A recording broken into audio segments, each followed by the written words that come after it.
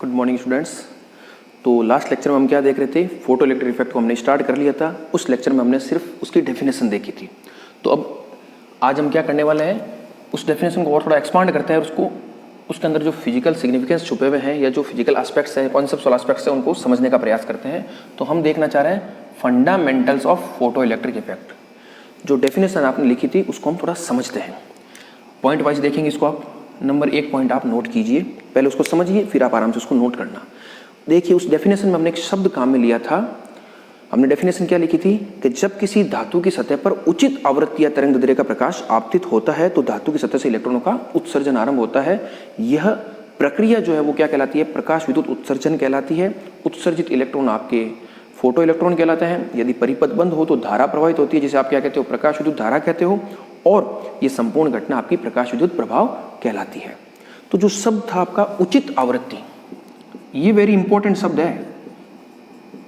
Lots of physics involve in this word. उचित आवृत्ति या सूटेबल फ्रीक्वेंसी या आवृत्ति तरंग दैर्ध्य दोनों एक ही बात है। अब ये उचित शब्द मैंने क्यों काम में लिया, आप इस चीज को समझिए। जैसे मान लो आपकी ये मेटल सरफेस है, अब आप इस पर क्या डाल रहे हो, प्रकाश डाल रहे हो, लाइट। क्योंकि फोटो इलेक्ट्रिक इमिशन है तो आपका सोर्स ऑफ एनर्जी सप्लाई क्या होगा, लाइट होगी। और मैंने लाइट को इस तरह से तरंग के रूप में बनाया है। और मैं ये मान के चल रहा हूँ कि जैसे मैं लास्ट लेक्चर में आपको कहा था, इंट्रोडक्टरी लेक्चर जो मेरा सेकंड ईयर का है, लाइट की वेव नेचर के बारे में बताया, उसको आप सुनिए। तो मैंने इसको वेव के रूप में बना दिया, ठीक है ना। ये पार्टिकल भी हो सकता है, वेव भी हो सकता है। आप इस तरह से बनाओ, उसके बजाय इस तरह से बनाओ, थोड़ा फिजिक्स छुपी हुई उसके अंदर। और मैं आपको पहले ही बता रहा हूँ कि आपके लिखने की शैली, जो आप लिख रहे हो, जो आप बोल रहे हो, जो आप डायग्राम बना रहे हो, डायग्राम में जो भी आप नोटेशन ले रहे हो, वो सब नोटेशन का अपना एक फिजिकल सिग्निफिकेंस होता है, ठीक है। जो फिजिक्स इन्वॉल्व है वो हर चीज़ में झलकनी चाहिए, चाहे आपके बोलने की बात हो, चाहे आपके लिखने की बात हो, चाहे आपके डायग्राम बनाने की बात हो, चाहे आपकी किसी भी नोटेशन को दर्शाने की बात हो। जो फिजिक्स है वो आपकी झलकनी चाहिए, तब ऐसा लगता है कि आप फिजिक्स पढ़ रहे हो। अदरवाइज तो सिंपल डेरिवेशन तो आप याद करके कभी भी उसको लिख सकते हो, ठीक है। और आपके जो इस तरह के एकेडमिक एग्जाम्स होते हैं उसमें तो ये काम चल जाता है। लेकिन अगर आपको फिर जब आप ग्रेजुएट करके जब आगे जाओगे, कंपटीशन वर्ल्ड, ठीक है ना, जब आप इस प्रकार की प्रतियोगी परीक्षाओं की तरफ जाओगे, तब आपके सब्जेक्ट की गहराई को आपने समझा या नहीं समझा, उसकी जांच परख होती है। तो हम ये प्रयास करें कि इस प्लेटफॉर्म पर आपके सब्जेक्ट रिलेटेड तो काम निश्चित रूप से होगा, वो तो कंप्लीट ही होगा, लेकिन साथ साथ विषय की बारीकियों को, गहराइयों को भी हम समझते चलेंगे। तो आप इस चीज़ को ध्यान रखिए और जहाँ भी जो चीज़ मिलेगी मैं आपको आसानी से बताता रहूँगा। तो अब देखिए, हम तो इस उचित आवृत्ति को समझते हैं। इसका मतलब क्या है, मैंने क्या बताया था कि जो मेटल सरफेस है उसका एक वर्क फंक्शन होता है। क्या होता है, वर्क फंक्शन। यानी इसके बराबर जो ऊर्जा होती है उसके द्वारा, इसके बराबर जो बल होता है उसके द्वारा इलेक्ट्रॉन मेटल सरफेस से बंधा होता है। तो उस इलेक्ट्रॉन को मेटल सरफेस से रिमूव करने के लिए या उस इलेक्ट्रॉन के इमिशन के लिए क्या आवश्यक है कि इस वर्क फंक्शन के बराबर आपको ऊर्जा देनी पड़ेगी। तो इसलिए मैंने उचित आवृत्ति वर्ड काम में लिया है। क्यों, जैसे मान लो आप लाइट डालोगे और लाइट किससे मिलकर के बनी है, फोटोन कणों से मिलकर के बनी है। और प्रत्येक फोटोन की ऊर्जा होती है h न्यू। न्यू यानी आवृत्ति है फोटोन की। अब जो फोटोन इंसिडेंट हो रहा है, मान लो उसकी आवृत्ति इस प्रकार की है, आवृत्ति को या ऊर्जा को, आवृत्ति ऊर्जा दोनों एक ही बात है, एस से मल्टीप्लाई करो तो ऊर्जा हो जाएगी। अब मान लो उसकी आवृत्ति इस प्रकार की है या उस आवृत्ति के संगत, मान लो ये न्यू इंसिडेंट है आपका, न्यू इंसिडेंट, इसके संगत ऊर्जा इतनी है कि वो वर्क फंक्शन के बराबर ही नहीं है। तब मुझे बताइए क्या इस मेटेलिक सरफेस से इलेक्ट्रॉन का उत्सर्जन संभव है, नहीं हो सकता। इस लाइन को आप ध्यान से सुनिए कि जब तक आपतित प्रकाश की ऊर्जा धातु के कार्यफलन के बराबर नहीं होती है, तब तक धातु की सतह से इलेक्ट्रॉन का उत्सर्जन संभव नहीं है। तो इसलिए मैंने उचित आवृत्ति बोला है। तो प्रकाश विद्युत प्रभाव की घटना के आरंभ होने के लिए यह आवश्यक है कि आपतित प्रकाश की आवृत्ति या ऊर्जा का एक निश्चित मान हो, और वह निश्चित मान धातु के कार्यफलन के बराबर होना चाहिए। इस निश्चित आवृत्ति या ऊर्जा को हम क्या कहते हैं, इसके लिए एक शब्द काम में लिया जाता है, देहली आवृत्ति या ऊर्जा, ठीक है ना, देहली आवृत्ति या ऊर्जा, थ्रेशोल्ड फ्रीक्वेंसी, ठीक है ना। इसको डिनोट करते हो आप न्यू टीएस से। तो अब क्या हो गया, यहां से एक पॉइंट क्या निकल गया पहला, कि प्रकाश विद्युत प्रभाव की घटना तभी आरंभ होगी जब आपतित प्रकाश की आवृत्ति या ऊर्जा देहली आवृत्ति या देहली ऊर्जा के बराबर हो। और यह दहली ऊर्जा धातु के कार्यफलन के बराबर होती है। धातु के कार्यफलन को अगर मान लो मैं फाई से डिनोट करूं, इसको जनरली फाई से डिनोट किया जाता है, तो यहां से एक निष्कर्ष क्या आ जाएगा कि आपका फाई इजिकल टू क्या होना चाहिए, एच न्यू टी एच। ये कंडीशन किसके लिए है आवश्यक है, to start the photo electric emission. इसको आप ऐसे लिख सकते हो, to start the photo electric effect, start करने के लिए, ठीक है ना। मिनिमम तो इतना आपको चाहिए ही चाहिए। तो जो न्यू इंसिडेंट है, ये सब निष्कर्ष है, न्यू इंसिडेंट जो है वो या तो बड़ा हो सकता है या बराबर, ठीक है ना। बड़ा भी हो सकता है, बड़ा होगा तो उसका क्या इफेक्ट होगा वो हम आगे देखेंगे, लेकिन बराबर तो होना ही चाहिए, इससे कम नहीं होना चाहिए, ठीक है। तो पहला पॉइंट आप क्या नोट करोगे, फंडामेंटल में जो हमने उचित आवृत्ति शब्द काम में लिया था उसको मैंने अच्छे से एक्सप्लेन कर दिया कि प्रकाश विद्युत प्रभाव की घटना तभी आरंभ होगी जब आपतित प्रकाश की आवृत्ति दहली आवृत्ति या दहली ऊर्जा के बराबर हो और वह ऊर्जा धातु के कार्यफलन के बराबर होती है। इससे आपकी तो ये निष्कर्ष आ गया, इसको आप नोट कर लीजिए, phi equal to nu T H, और ये आप इसको भी नोट कर लीजिए। और अगर मैं जैसे मैंने ब्रैकेट में तरंग दैर्ध्य लिखा था, तो तरंग दैर्ध्य और उसमें तो कोई अंतर ही नहीं है, आप चाहे ऊर्जा एच न्यू टी एच लिखो या S C upon lambda T H लिखो, दोनों एक ही चीज, दोनों सेम है, कोई अंतर नहीं, ठीक है ना। तो आपके एक फॉर्मूला ये भी बन जाएगा, phi equal to S C upon lambda T H, ठीक है। तो पहला पॉइंट आपके क्लियर हो गया, जिसको मैंने एक्सप्लेन कर दिया। आप आराम से लेक्चर को सुनते हो तो उसको नोट कर लीजिएगा अपनी लैंग्वेज में। अगर आपने समझ रखा है तो आपको अपनी लैंग्वेज में नोट करने में कोई दिक्कत नहीं होनी चाहिए। और चूंकि आप फाइनल ईयर के स्टूडेंट्स हो तो बिल्कुल आप इस तरह से आश्रित ना रहिए कि आपको एक एक चीज बिल्कुल लिखी हुई मिल जाए। समझ में अगर आ गया तो आप अपनी लैंग्वेज में लिखिए। हमेशा ध्यान रखिए, आंसर राइटिंग जो है या जो भी आप आंसर लिख रहे हो वो स्वयं की भाषा में होना चाहिए। लिखी हुई चीज़ें तो किताब में नोट्स में खूब मिल जाएगी, लेकिन उससे आपको वो मज़ा नहीं आएगा। आप चीज़ को समझिए और अपनी लैंग्वेज में लिखिए। थोड़ा टाइम लगेगा, हो सकता है आपकी हैबिट वैसी नहीं हो, लेकिन उस हैबिट को आपको डालना पड़ेगा, तो प्रयास कीजिए। तो पहला पॉइंट क्लियर हो गया, जिसमें हमने किसकी बात की, दहली आवृत्ति या दहली ऊर्जा की बात की। दो फॉर्मूले हमने इसके अंतर्गत देख लिए। और जब इसको आप सुनो तो बिल्कुल आराम से टॉपिक को सुना, पॉज किया, नोट किया। तो यहाँ से फॉर्मूला क्या है, एक तो आपके आ गया phi equal to H nu T H कह सकते हो या S C upon lambda T H कह सकते हो। इसको हम कहते हैं दहली आवृत्ति, इसको कहते हैं कार्यफलन, और इसको कहते हैं दहली तरंग दैर्ध्य, थ्रेशोल्ड फ्रीक्वेंसी, वर्क फंक्शन और थ्रेशोल्ड वेवलेंथ। अब देखो मैं दो चीज लिख रहा हूँ कि प्रकाश विद्युत प्रभाव की घटना के आरंभ होने के लिए जो आपका न्यू इंसिडेंट है, मैं दो चीजें लिख रहा हूँ। एक तो मैं इस तरह से लिख रहा हूँ,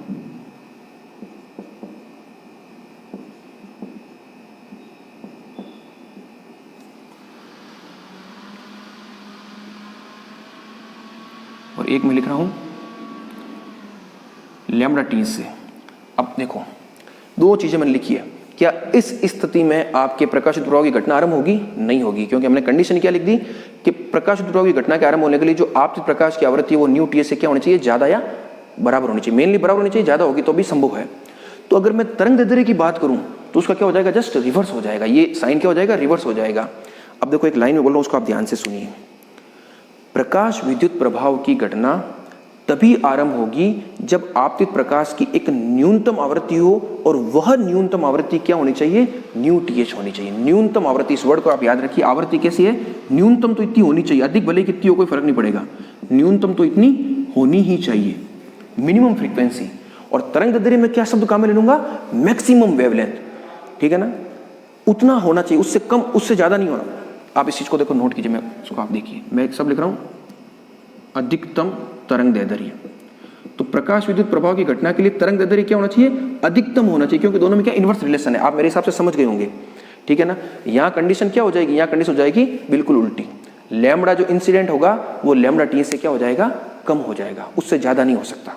यहाँ पर ज्यादा हो सकता है इंसिडेंट न्यू टी एच में, लेकिन लैम्बडा ज्यादा बराबर तो हो गई होगा। इसको आप ऐसे लिख सकते हो, lambda incident is less than equal to lambda T H. इसको आप आराम से देखो, मैंने लिखा है, इसको आप थोड़ा चिंतन मनन करना, आपको पता चल जाएगा कैसे आया है, ठीक है ना। ये आपके लिए वर्क है, नहीं समझ में आए तो कमेंट बॉक्स में आप या मैसेज अपना जो ग्रुप बना उस पर आप आराम से पूछ सकते हो, ठीक है ना। ये वेरी बेसिक और कॉन्सेप्चुअल चीजें हैं, ऑब्जेक्टिव एग्जाम में ये चीजें खूब पूछी जाती है, और ये चीजें जब आपको समझ में आती है तब आपको पता लगता है कि आप फिजिक्स को समझ रहे हो।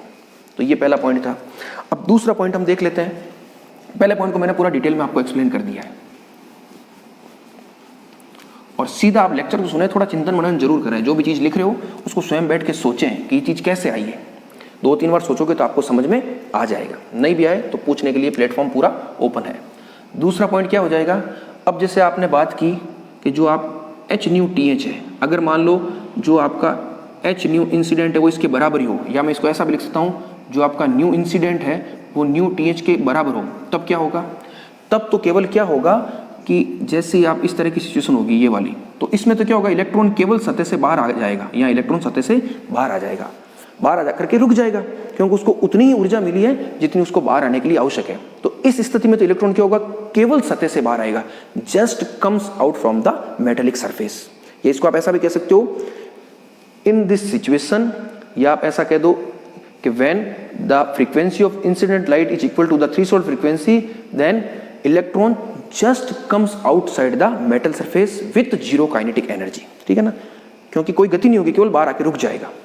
अब अगर मान लो दूसरे केस में मैं क्या कहना चाह रहा हूं कि मान लो आपकी सिचुएशन ऐसी हो कि न्यू इंसिडेंट जो है वो NU-TH से ज्यादा हो, तब क्या होगा उसकी हम चर्चा करते हैं। तो इस स्थिति में जो आपके आपतित प्रकाश की ऊर्जा होगी वह 2 भागों में प्रयुक्त होगी, यानी अगर आपका जो HNU इंसिडेंट है वो HNU-TH, या इसको आप phi भी कह सकते हो, ठीक है ना, से ज्यादा हो, तो इस स्थिति में आपके 2 चीजें होगी, ये जो ऊर्जा है आपतित वो 2 भागों में प्रयुक्त होगी। उसका एक भाग तो किस में काम आ जाएगा, phi इक्वल टू NU-TH में काम आ जाएगा, और रिमेनिंग कितना होगा, HNU इंसिडेंट माइनस HNU-TH या phi, ये रिमेनिंग पार्ट है, ये किसी और चीज में काम आएगा जिसको हम समझते हैं। देखिए सिचुएशन क्या है कि यदि आपके आपतित प्रकाश की ऊर्जा दहली ऊर्जा से ज्यादा है तो उस स्थिति में वह ऊर्जा 2 भागों में प्रयुक्त होती है। उसका HNU-TH पार्ट जो है वह धातु की सतह से इलेक्ट्रॉन के उत्सर्जन में प्रयुक्त होता है, और जो रिमेनिंग पार्ट है, जो शेष भाग है HNU इंसिडेंट माइनस HNU-TH, वह उस उत्सर्जित इलेक्ट्रॉन को गतिज ऊर्जा प्रदान करता है। इस लाइन को आप बिल्कुल नोट कीजिएगा, इस तरह से बना करके इसके नीचे लिख दीजिए, ये तो इलेक्ट्रॉन के उत्सर्जन में काम आ रहा है, और ये जो ऊर्जा का भाग है वो उत्सर्जित इलेक्ट्रॉन को, जैसे मान लो यहाँ से इलेक्ट्रॉन उत्सर्जित हुआ तो अब इसको क्या होगा, इस पार्ट के द्वारा गतिज ऊर्जा मिल जाएगी। क्या मिल जाएगी, गतिज ऊर्जा मिल जाएगी। तो इसको अगर मैं मैथमेटिकल फॉर्म में लिखना चाहूं तो मैं कैसे लिख सकता हूं, इसको आप देखिए, यानी कंडीशन क्या है, HNU incident is greater than HNU-TH, तो इसके लिए आप क्या लिख सकते हो, HNU इंसिडेंट लिखो या ना लिखो एक ही बात है, ठीक है ना, कोई कंफ्यूज होने की आवश्यकता नहीं है। HNU-TH प्लस काइनेटिक एनर्जी, इसके लिए एक शब्द में यह काम ले रहा हूं मैक्सिमम, या इसको आप ऐसा लिख सकते हो और लगा करके HNU-TH incident is equal to HNU-TH plus half mv maximum square. ये भी इंपॉर्टेंट फॉर्मूला है जो आपको एनी टाइम याद रखना है, ठीक है ना, ये दोनों सेम ही है। अब देखो यह मैंने मैक्सिमम क्यों लिखा है, इसको आप समझिए, आपकी बुक में मैक्सिमम लिखा हुआ है, वहां पर हालांकि एक्सप्लेन नहीं कराएगा, लेकिन इसको मैं आपको समझा देता हूँ। अब देखिए होगा क्या कि जब आप फोटोन आपतित करोगे, अलग अलग फोटोन, यानी प्रकाश आपतित करोगे, प्रकाश क्या है, फोटोन कणों से मिलकर बना है, खूब सारे फोटोन है, तो हर फोटोन की ऊर्जा HNU है, तो हर फोटोन से क्या होगा, इलेक्ट्रॉन उत्सर्जन होने का प्रयास होगा, ठीक है ना, हर फोटोन के आपतन से क्या होगा, इलेक्ट्रॉन उत्सर्जित हो सकता है। अभी जो हो सकता है इसको आप थोड़ी देर बाद समझेंगे कि मैंने हो सकता है क्यों बोला। और जब मान लो फोटोन की ऊर्जा इस प्रकार है कि वो इससे ज्यादा है, तब क्या होगा कि उस फोटोन के आपतन से क्या होगा, जो इलेक्ट्रॉन उत्सर्जित हो रहा है उसको कुछ गतिज ऊर्जा भी मिल जाएगी। अब वास्तव में तो क्या होता है कि जब खूब सारे इलेक्ट्रॉन उत्सर्जित होंगे और वो जब बाहर आएंगे तो वो आपस में भी क्या करेंगे, कोलिजन करेंगे, और जब वो आपस में कोलिजन करेंगे तो क्या होगा, कुछ ऊर्जा का ह्रास होगा। तो एक्सपेरिमेंटली या वास्तव में तो सिचुएशन क्या है कि जो इलेक्ट्रॉन उत्सर्जित हो रहे हैं उनकी गतिज ऊर्जा अधिकतम नहीं हो सकती, क्योंकि कोलिजन के कारण कुछ ऊर्जा का ह्रास होगा। और हो सकता है कि कुछ इलेक्ट्रॉन ऐसे हो जिनकी सारी ऊर्जा ह्रास हो जाए और उसकी काइनेटिक एनर्जी 0 हो जाए, तो कुछ इलेक्ट्रॉन की ऊर्जा 0 भी हो सकती है, और कुछ इलेक्ट्रॉन ऐसे जो टक्कर के करे ही नहीं या करे तो उनकी ऊर्जा का ह्रास ही ना हो, ऐसी स्थिति भी हो सकती है, तो उन इलेक्ट्रॉन की ऊर्जा क्या हो जाएगी, मैक्सिमम हो जाएगी। तो जनरली हम क्या कह सकते हैं, अगर वास्तव में बात करें तो जो उत्सर्जित इलेक्ट्रॉन है उनकी जो गतिज ऊर्जा है वो 0 से लेकर के काइनेटिक एनर्जी मैक्सिमम के बीच कुछ भी हो सकती है। वास्तव में तो ये स्थिति है, लेकिन हम स्टैंडर्ड डेरिवेशन के अंतर्गत ये मान के चल रहे हैं कि टक्करों के द्वारा इलेक्ट्रॉन के ऊर्जा का ह्रास नहीं हो रहा है, इसलिए उत्सर्जित इलेक्ट्रॉन की ऊर्जा कैसी है, अधिकतम है, और आपको काम में भी यही लेना है। लेकिन मैंने आपको बता दिया है कि 0 से लेकर के मैक्सिमम के बीच में कुछ भी हो सकती है, और ये जो चीजें बताई जा रही है वो आपको समझने के लिए बताई जा रही है, ठीक है ना, ताकि टॉपिक में इंटरेस्ट बना रहे। तो ये पॉइंट भी क्लियर हो गया। दूसरा पॉइंट हमने क्या कह दिया कि अगर ऐसी सिचुएशन हो तो उस स्थिति में आपके दो तरह से प्रयुक्त होती है, एक भाग कार्यफलन के रूप में और दूसरा उस उत्सर्जित इलेक्ट्रॉन को गतिज ऊर्जा प्रदान करने में प्रयुक्त होता है। तो दूसरा पॉइंट भी क्लियर हो गया। अब हम तीसरा पॉइंट देख लेते हैं। तीसरे पॉइंट के अंतर्गत मैं क्या बताना चाहूंगा आपको कि ये जो फोटो इलेक्ट्रिक इफेक्ट की घटना है वो 1-to-1 इमिशन है, ठीक है ना, 1-to-1 इमिशन प्रोसेस है एक तरह की। इसको आप अगर लैंग्वेज में लिखना चाहो तो क्या लिखोगे कि प्रकाश विद्युत प्रभाव की घटना में एक फोटोन के आपतन से केवल एक इलेक्ट्रॉन का ही उत्सर्जन संभव हो सकता है। इस लाइन को आप नोट कर लीजिए। प्रकाश विद्युत प्रभाव की घटना में एक फोटोन के आपतन से केवल एक इलेक्ट्रॉन का उत्सर्जन हो सकता है। मैंने होगा नहीं बोला है। देखिए आप इस चीज को भी मैं बताऊंगा इसका क्या मतलब है। हो सकता है, ठीक है ना, होगा ही होगा, ये मैंने नहीं बोला, ये स्थिति है। तो पहले तो आप क्या समझ गए कि जैसे मान लो बंडल ऑफ फोटोन से या पैकेट्स ऑफ फोटोन से खूब सारे फोटोन है, तो जैसे मान लो सपोज करो 100 तो नहीं, संख्या तो बहुत ज्यादा होगी, मैं कह रहा हूँ 100 फोटोन है तो अधिकतम 100 इलेक्ट्रॉन ही निकल सकते हैं, ठीक है ना। 1-to-1 इमिशन का मतलब क्या हो जाएगा, h न्यू एनर्जी जो है एक फोटोन की जा रही है उससे एक इलेक्ट्रॉन का उत्सर्जन ही संभव है। अब हम इस पॉइंट को समझते हैं। ये लाइन तो तीसरा पॉइंट तो क्लियर हो गया आपका, 1-to-1 इमिशन को आपने समझ लिया। इसमें केवल एक लाइन लिखोगे क्या, प्रकाश विद्युत प्रभाव की घटना में एक फोटोन के आपतन से केवल एक इलेक्ट्रॉन का उत्सर्जन हो सकता है। अब हम आगे चौथा पॉइंट समझते हैं, वो क्या है, वो भी वेरी इंपॉर्टेंट है, जिसमें हम क्या समझेंगे, हो सकता की जो लैंग्वेज में लिखी है उसको आप समझिए। अब देखिए मैंने कंडीशन क्या बताई कि जैसे मान लो आपको एक फोटोन आया जिसकी ऊर्जा h न्यू इंसिडेंट है। अब अगर मान लो कुछ फोटोन की ऊर्जा इस तरह से हो कि h न्यू ts से कम हो, तो क्या इस सिचुएशन के लिए इलेक्ट्रॉन का उत्सर्जन हो सकता है? नहीं होगा। इस सिचुएशन में इलेक्ट्रॉन का उत्सर्जन नहीं होगा। इलेक्ट्रॉन का उत्सर्जन केवल तभी होगा जब ये सिचुएशन क्या हो जाए, ऐसी हो जाए। तो अब मान लो 100 फोटोन आ रहे हैं, सपोज करो 100 फोटोन में से मान लो कुछ फोटोन की ऊर्जा कम वाली ऐसी स्थिति वाली हो, तो उससे तो इलेक्ट्रॉन का उत्सर्जन नहीं होगा। तो वो जो शब्द में लिखा ना हो सकता है, उसका मतलब ये है अगर सिचुएशन इस प्रकार की हो तब तो होगा ही होगा, लेकिन अगर रिवर्स सिचुएशन हो तो नहीं होगा। तो इस चीज को भी आप नोट कर लीजिए। फोटो इलेक्ट्रिक, और इसके लिए जो एक फॉर्मूला काम में लेते हैं, हम लेते हैं काम में quantum efficiency of A metal surface, ठीक है ना, किसी धात्विक सतह की quantum लब्धि,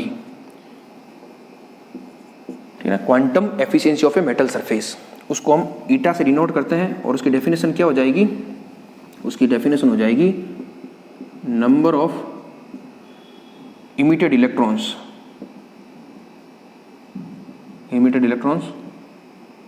from A metal surface.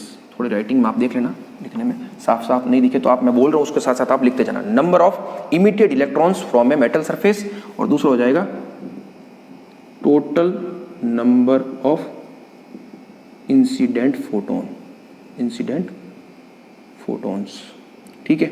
तो ये क्या है, क्वांटम एफिशिएंसी है, यानी कितना प्रकाश डाला और कितने इलेक्ट्रॉन निकले, यही तो लब्धि होती है। कितना आपने इनपुट दिया, कितना आपको आउटपुट मिला, ये इनपुट है और ये आउटपुट है, तो इसको कहते हैं क्वांटम एफिशिएंसी।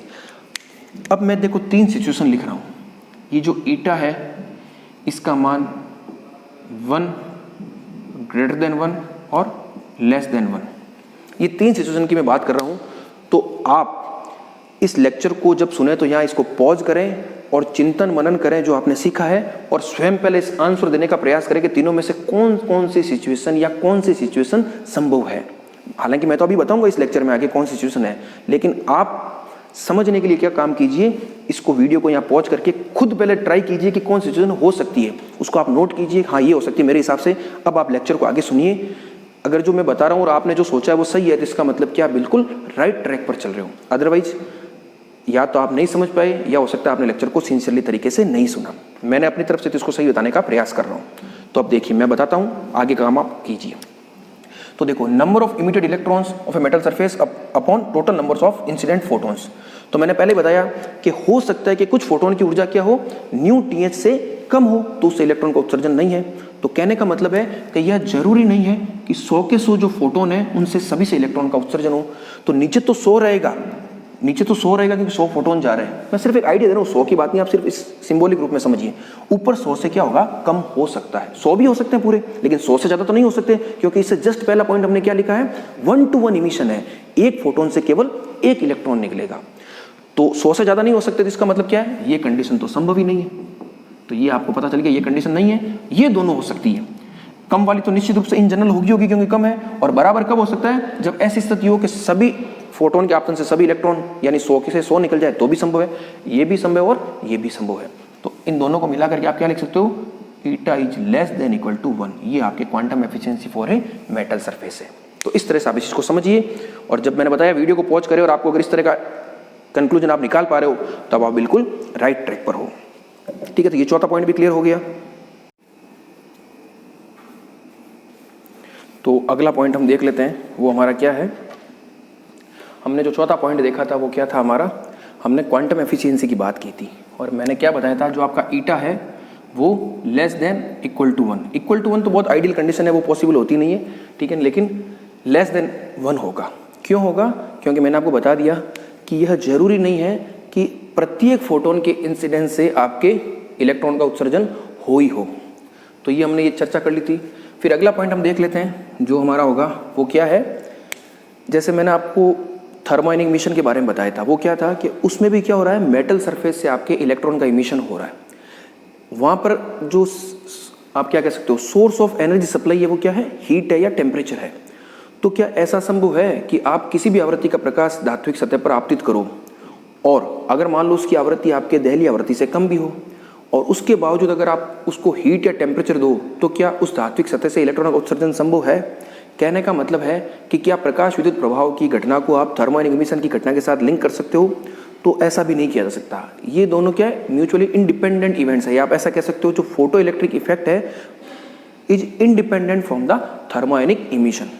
अर्थात आप इस लाइन को ध्यान से सुनिए, प्रकाश विद्युत प्रभाव की घटना के आरंभ होने के लिए यह आवश्यक है कि आपतित प्रकाश की आवृत्ति दहली आवृत्ति के बराबर होनी चाहिए, या आप ऐसा भी कह सकते हो कि आपतित प्रकाश की जो ऊर्जा है वह धातु के कार्यफलन के बराबर होनी ही चाहिए। उसके बिना आपके प्रकाश विद्युत प्रभाव की घटना आरंभ ही नहीं हो सकती। तो एक पॉइंट ये भी हो जाएगा फंडामेंटल्स में। फिर अगला पॉइंट हम देख लेते हैं। अगला पॉइंट क्या है कि देखो, जैसे आपकी ये मेटल सरफेस है, इस पर आपने क्या किया, लाइट का इंसिडेंस करवाया, ठीक है ना। तो ये दो प्रोसेस है, एक तो लाइट का इंसिडेंस होना और इस मेटल सरफेस से इलेक्ट्रॉन का इमिशन होना। तो ये जो दोनों काम हो रहे हैं वो बहुत फास्ट हो रहे हैं, ठीक है ना। तो मैं एक लाइन बोल रहा हूँ, उसको आप ध्यान से सुनिए। There is no time lag, शब्द मैंने बोला है टाइम लैग, अभी मैं बताऊंगा आपको क्या है। There is no time lag between incidence of photon and emission of electron. आप सुनिए, अर्थात धात्विक सतह पर प्रकाश के आपतन और उस धात्विक सतह से इलेक्ट्रॉनों के उत्सर्जन में किसी भी प्रकार की समय पश्चाता नहीं होती है, यानी ये प्रक्रिया एकदम फास्ट हो जाएगी, जैसे ही गिरेगा वैसे तुरंत निकल जाएगा, समय पश्चाता, टाइम लैग नहीं होता है। और ये पूरी प्रक्रिया 10⁻⁸ सेकंड के टाइम ड्यूरेशन में संपन्न हो जाती है, तो वेरी शॉर्ट टाइम पीरियड है। तो ये भी एक प्रकार का कॉन्सिक्वेंस है, और ये जितने भी कॉन्सिक्वेंसेज या जितने भी फंडामेंटल्स आप पढ़ रहे हो, इनको आप क्लासिकल फिजिक्स के सिद्धांतों के द्वारा नहीं समझा सकते हो। उसको हम आगे देखेंगे कि किस प्रकार से इन चीज़ों को आप क्लासिकल फिजिक्स से नहीं समझा पा रहे हो, तब आपको पता चलेगा कि क्वांटम मैकेनिक्स से आप इन घटनाओं को क्यों समझा पा रहे थे। तो ये हो गया। फिर एक लास्ट जो हमारा फंडामेंटल्स, उसको भी हम देख लेते हैं, जिसको मैं पहले बता चुका हूँ। जैसे आपका जो वर्क फंक्शन होता है, वर्क फंक्शन क्या होता है, characteristics of A metal surface होता है, यानी किसी भी धात्विक सतह का एक अभिलाक्षणिक गुण होता है। अभिलाक्षणिक का मतलब क्या हो जाएगा कि उस धात्विक सतह से अगर आपको इलेक्ट्रॉन को रिमूव करना है तो जो मिनिमम एनर्जी रिक्वायर्ड होती है वो आपकी क्या है, वर्क फंक्शन है। और धातु टू धातु, ठीक है ना, मेटल टू मेटल वो क्या करता है, वेरी करता है। धातु चेंज होगी, आपका मेटल चेंज होगा, तो वर्क फंक्शन भी क्या हो जाएगा, बदल जाएगा। और दूसरा, उस वर्क फंक्शन जो होता है, आपने वर्क फंक्शन का जो फॉर्मूला लिखा था वो क्या लिखा था, h/TH, ठीक है। तो ये दहली आवृत्ति पर ही निर्भर करता है, यानी दहली आवृत्ति से इसका मतलब है, अब अगर मान लो आपकी जो आवृत्ति है न्यू इंसिडेंस, वो अगर दहली आवृत्ति से ज़्यादा है तो फिर उसका वर्क फंक्शन से कोई फर्क नहीं पड़ेगा। वो फिर जो अतिरिक्त ऊर्जा होगी वो आपके उस उत्सर्जित इलेक्ट्रॉन की गतिज ऊर्जा को बढ़ाने में प्रयुक्त होगी। हमने एक पोर्शन जो 2 नंबर हमारा था उसमें हमने लिखा भी था कि जो आपतित ऊर्जा है वो 2 भागों में प्रयुक्त होती है। तो इस चीज़ को भी आप ध्यान रखिए। यहाँ मैं एक छोटी चीज़ आपको और क्लियर करना चाहता हूँ, थोड़ा कन्फ्यूजन हो सकता है आपको लगे। हम वर्क फंक्शन को थोड़ा और अच्छे से देखते हैं एक बार, और कॉन्सेप्चुअल क्लियरिटी के साथ देखते हैं ये बेसिकली चीज़ क्या हो रही है आपको। क्योंकि जैसे मैं बोल रहा हूँ बार बार, धात्विक सतह से इलेक्ट्रॉनों के उत्सर्जन के लिए मिनिमम एनर्जी, तो धातु की कोई भी धातु है उसमें इलेक्ट्रॉन तो सब सेम हो रहे हैं, लेकिन जो इलेक्ट्रॉन बंधे हुए हैं न्यूक्लियस से वो क्या है, अलग अलग अट्रैक्शन से बंधे हुए। आप समझ सकते हो, जैसे मान लो कोई न्यूक्लियस है, अब बाहर तो खूब सारे क्या आपके, यहाँ भी इलेक्ट्रॉन हो सकता है, यहाँ भी हो सकता है, कहीं भी इलेक्ट्रॉन हो सकता है, ठीक है, इस न्यूक्लियस के पास भी हो सकता है। तो इलेक्ट्रॉन तो चलो सेम है, लेकिन इस इलेक्ट्रॉन पर जो आपके नाभिक के नजदीक है उस पर जो बल लग रहा है वो इसकी तुलना में क्या होगा, अधिक होगा। और जो सबसे बाहर है, जो एकदम लूजली बाउंड है, उस पर जो क्या होगा, बल होगा, वो सबसे कम होगा। तो ऐसा नहीं है कि इस इलेक्ट्रॉन के लिए, इस इलेक्ट्रॉन के लिए या इस इलेक्ट्रॉन के लिए आपको बराबर ऊर्जा चाहिए। तो जो वर्क फंक्शन होता है उसका सिंपल सा मतलब क्या होता है कि धातु की सतह में जो सबसे लूजली बाउंड इलेक्ट्रॉन है, इस वर्ड को आप ध्यान थोड़ा नोट कर लेना, हालांकि मैंने बताया लेकिन ये थोड़ा और मैं कन्फाइन कर रहा हूं इसको, ठीक है ना। लूजली बाउंड, जो सबसे शिथिल रूप से बद्ध इलेक्ट्रॉन है, सबसे शिथिल रूप से, उस इलेक्ट्रॉन को अगर आपको धातु से रिमूव करना है तो वो जो मिनिमम एनर्जी आपको चाहिए वो आपकी क्या होगी, वर्क फंक्शन होगी। इस चीज़ को आप ध्यान रखिए। मैं एक बार पुनः बताता हूँ, तो इस डायग्राम को आप बिल्कुल ध्यान रखिए। पूरा इस तरह से मान लो कोई एटम है, ये न्यूक्लियस है, तो ये जो अलग अलग इलेक्ट्रॉन अलग अलग आपके कक्षा में है, तो उन इलेक्ट्रॉनों को रिमूव करने के लिए आपको डिफरेंट एनर्जी चाहिए, क्योंकि इस पर आकर्षण बल सबसे ज्यादा है, इस पर कम है, इस पर कम है, इस पर कम है, क्योंकि आकर्षण बल क्या हो जाएगा आपका 1/r² के इनवर्सली प्रोपोर्शनल होता है। r बढ़ेगी तो आकर्षण बल का मान कम होगा, और r कम होगा तो आकर्षण बल का मान ज्यादा होगा। तो इस इलेक्ट्रॉन को रिमूव करने के लिए आपको क्या चाहिए, ज्यादा ऊर्जा चाहिए। तो वर्क फंक्शन का मतलब ये नहीं है इस इलेक्ट्रॉन को आप रिमूव करने के लिए जो ऊर्जा चाहिए वो वर्क फंक्शन है। वर्क फंक्शन तो सिंपल सा है कि जो सबसे लूजली बाउंड है, जो सबसे शिथिल रूप से बद्ध इलेक्ट्रॉन है, उसको धात्विक सतह से मुक्त करने के लिए जो मिनिमम एनर्जी आपको चाहिए वो आपकी क्या है, कार्यफलन है। तो इस चीज को आप ध्यान रखना। ये आगे जब मैं इसको थोड़ा एक्सपेरिमेंटली इस पूरे चीज को हम देखेंगे तो वहाँ ये चीज बहुत काम आने वाली है। तो ये थे आपके पूरे fundamentals of photo electric effect. वैसे अगला टॉपिक जो हम करेंगे वो करेंगे हम experimental setup of photo electric effect. उसमें जब हम ऑब्जर्वेशन लेंगे वो सारे ऑब्जर्वेशन ही होंगे। बेसिकली मुझे ये टॉपिक उस एक्सपेरिमेंट के बाद बताना चाहिए था, लेकिन ठीक है मैंने पहले बता दिया, आपको समझ में भी आ गया होगा। और जब हम एक्सपेरिमेंटल सेटअप को देखेंगे तब ये और भी क्लियर हो जाएगा। तो इस लेक्चर को हम यहीं फिनिश करते हैं। नेक्स्ट टॉपिक हम करेंगे experimental setup of photo electric effect. Thank you.